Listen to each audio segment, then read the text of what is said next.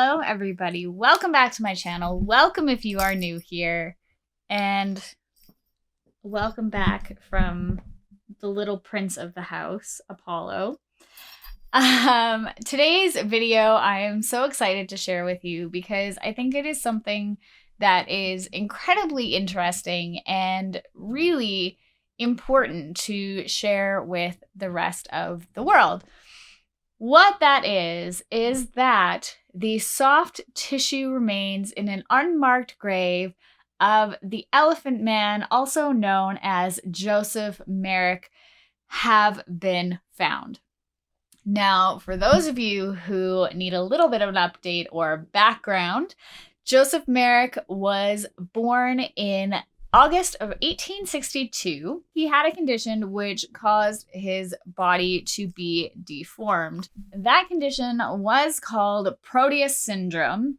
And now they actually don't know if that is completely what he suffered from, but that is the biggest theory out there, is that he suffered from this condition.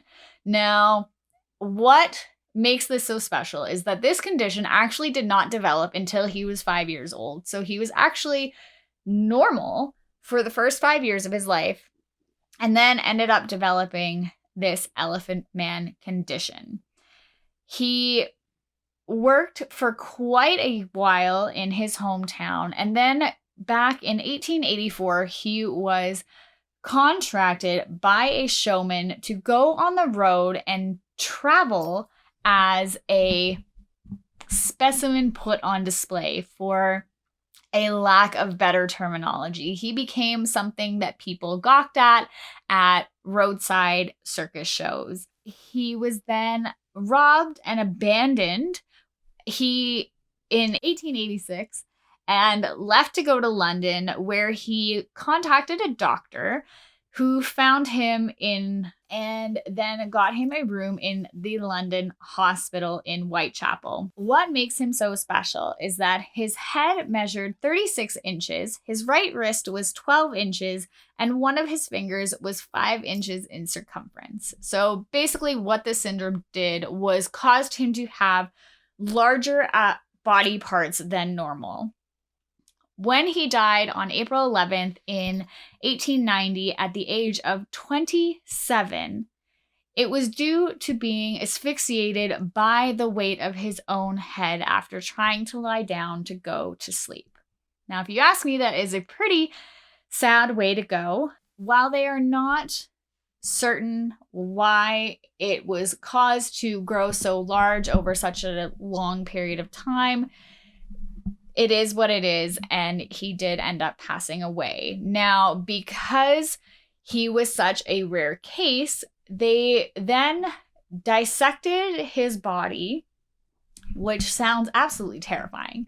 So they actually took out his skeleton and kept that at the Royal Museum in London, and what happened to his soft tissue was unknown until an author decided to look into it while writing a book about him. It has been discovered that the soft tissue remains have actually been found officially. They were found in an unmarked grave.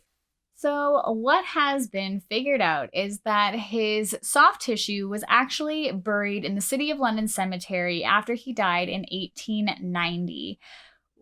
The author, Joe Vigor Mungovan, the author figured out while researching and going into his biography, said that his soft tissue had been buried but not followed up due to a number of graveyards that had been in use at the time. Now, he was quoted in saying that I was asked about this, and offhand I said it probably went to the same place as the Jack the Ripper victims, as they died in the same locale.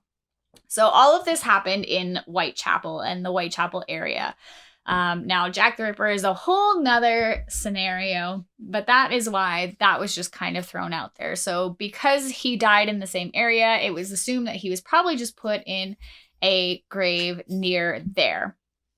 Then I went home and I really thought about it and started looking at the records of the City of London Cemetery and Crematorium near Epping Forest, where 2 of the victims of Jack the Ripper were buried.